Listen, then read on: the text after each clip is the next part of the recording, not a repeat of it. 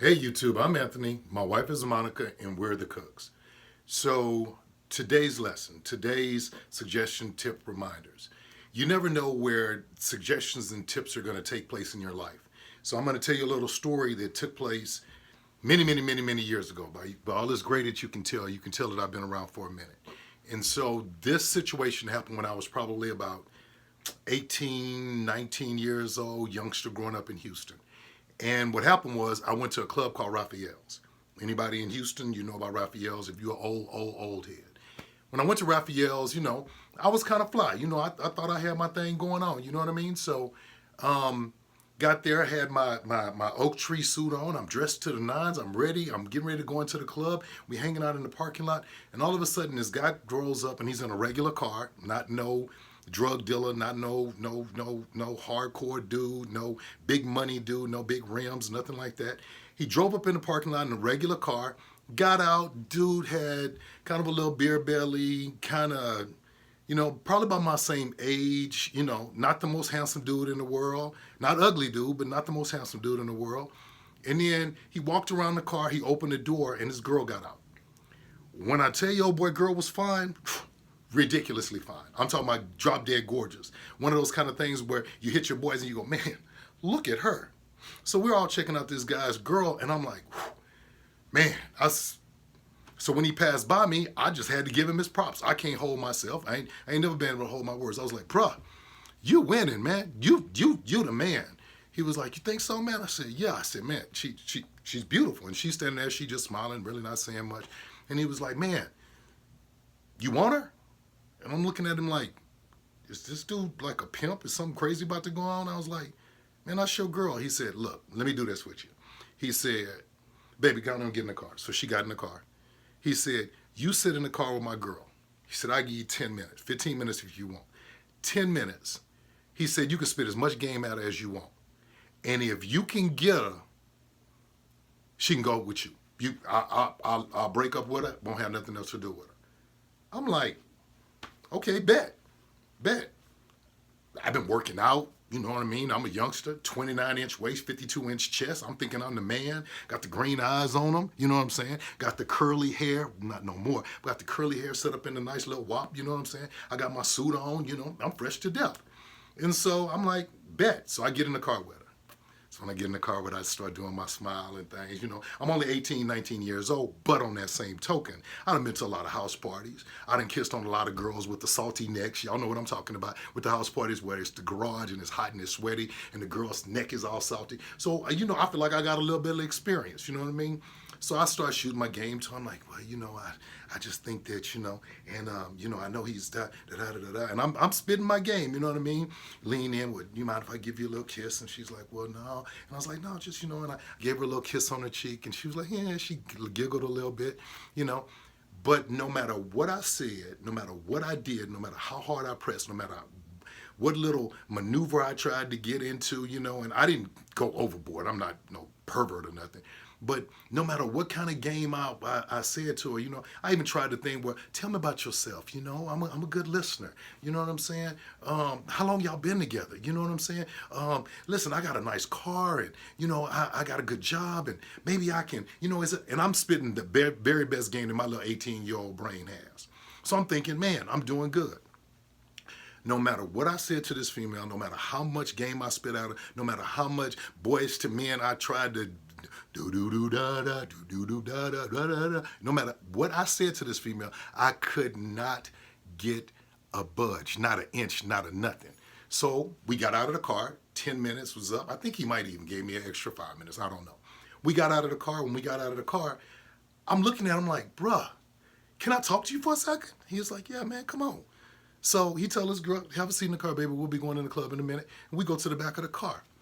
Now, mind you, I grew up as a youngster watching those movies like Dolomite and The Mac and Superfly. So I grew up as a child in that era where pimps were the thing. You know what I mean? So, and I remember I think it was The Mac, Goldie said, anybody can control a female's body, but it takes a true Mac to control her mind. Yes. And so I'm like, okay, this dude has some kind of control over this woman, over this girl.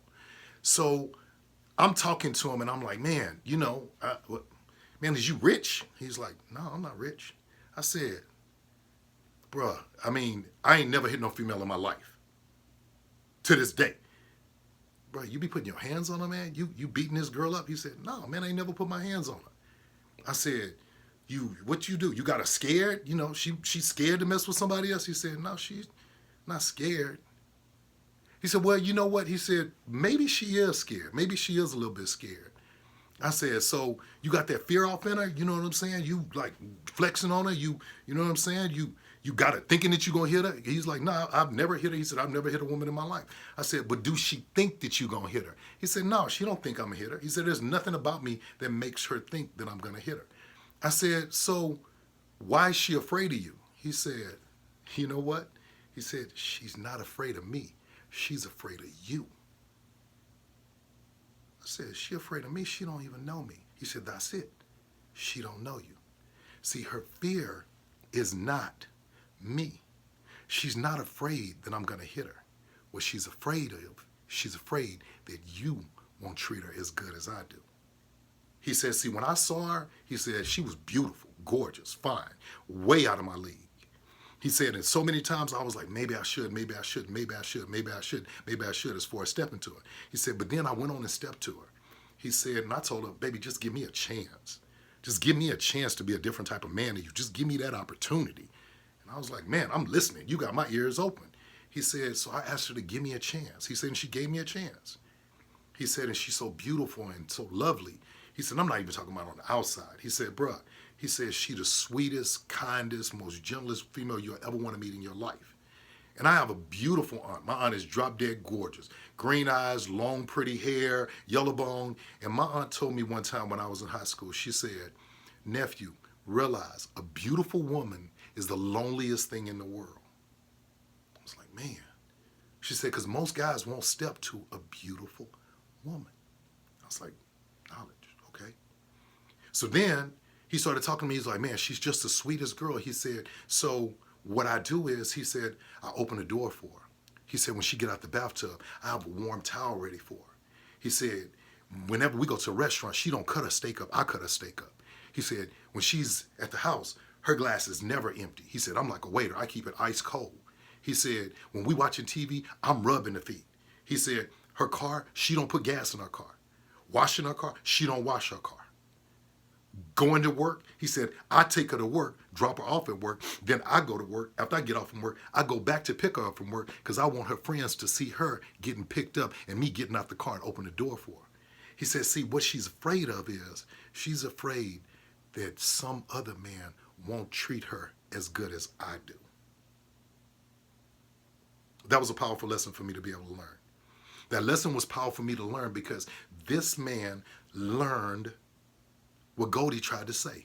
Anybody can control a woman's body. How do you control a woman's body? By threats, by fear, by anger, by manipulation, by money, by, oh, you do this with your body, you do this with your whatever, then I'll buy you this and I'll give you this. He said, but anybody can control a woman's body, but it takes a real, he said Mac, but I'm going to say a real man to control a woman's mind. And controlling a mind is not through manipulation.